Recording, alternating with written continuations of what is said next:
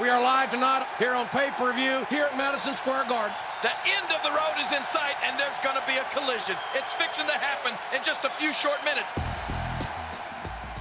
So now I'm at the commentary desk like almost full time. I was there for, gosh, the dawning of the Attitude Era. I remember when, of course, doing the commentary for Stone Cold Steve Austin showing up and becoming the biggest star in the company. And it's a damn good thing he ain't here tonight, because I damn sure would dump him flat on his head. And then the Rock coming in. You know what The Rock did? The Rock kick came between his legs, and it felt like The Rock was kicking a damn pillow. Well, I've said this before, and I'll say it again. I never really liked the commentary. I never really liked it as much as I like wrestling.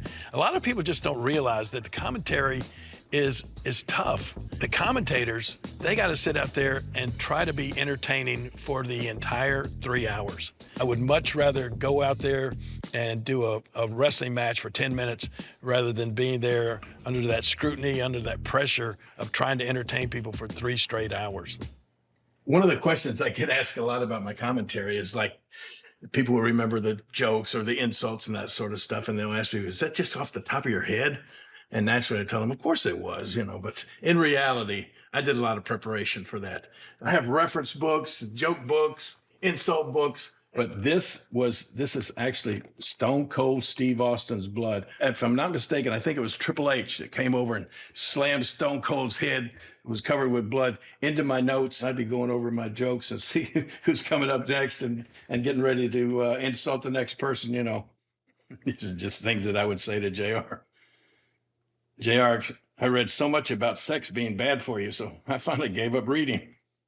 You heard of an idiot savant? Well, he's that without the savant. You know, that was just like I said. I didn't take it serious. I was just having a good time out there. The Attitude Era was a really unique time for WWE because of the sheer amount of eyeballs that were on the product every single week. And every single week, it would be Jerry Lawler's voice that was painting the picture of everything that you were seeing. It really made him the voice of the Attitude Era.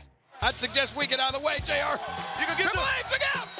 Good God almighty! I told you! For gosh sakes, they're 70-something years old. I saw him get checked by the doctors in the back, and Moolah's birth certificate was in hieroglyphics. She got her! Lawler as a commentator was the perfect guy. He was so entertaining. And plus it was the Attitude Era, so there weren't restrictions on language, there weren't restrictions on what he could say. It's very edgy, it's very adult-oriented now, and it's become very sexy. And every time a beautiful diva would come walking out, I'd say, hey, JR, look, puppies! He was the epitome of not having a filter. If he saw it and thought it, he said it. Oh, look at Lita. She's got the puppies in the net. Woohoo! If you want to try to put a positive spin on it, at least Jerry was always excited when we came to the ring. One of the women heavily involved in the Attitude Era and all the sexy scenes was Stacey Carter, better known as the Cat. And she and I had actually been together in a relationship for almost 10 years. And I could go a little bit further because at that time, now, I was married to her. Yeah, Merry Christmas! Woohoo! Oh, my God. Actually, for the women's segments, especially the ones that I was obviously a part of, him being involved in it made it easier for me. There you go, King. Thank you, Cat. He made it seem so easy to be on camera, so you'd have to relax about it. Then one day, out of the blue, they called me in and said, Vince wants to give Stacey her release. Well, if they're gonna release Stacey, I'm gonna have to go with her. And I'll never forget, Vince stuck his hand out and said, well, King, nice working with you. Thank you for everything you've done for us. I was there for 10 years. And so just like that, me and Stacey were gone from the WWE. I'm joined by Paul Heyman. You're joined by Paul Heyman because last Tuesday night, the Cat was released by the WWF, and her husband, Jerry the King Lawler, to his credit, walked out right alongside with her. It was really difficult, and then it just ended up being about him quitting and not about me being fired. It was just really hard for me. That lasted for it was about a year that went by. In the meantime, Stacy and I got a divorce, and then I got a call from the WWE saying, hey, we'd like you to come back. The next few years of my life, my career, I'm still wrestling.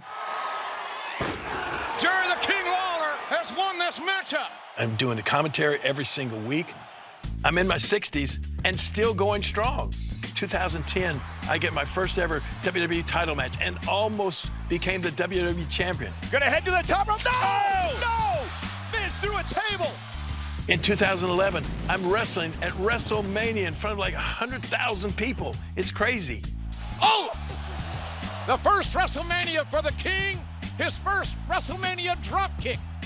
Jerry always will be that kid that's living his dream. I don't think Jerry wants to grow up, and why should he?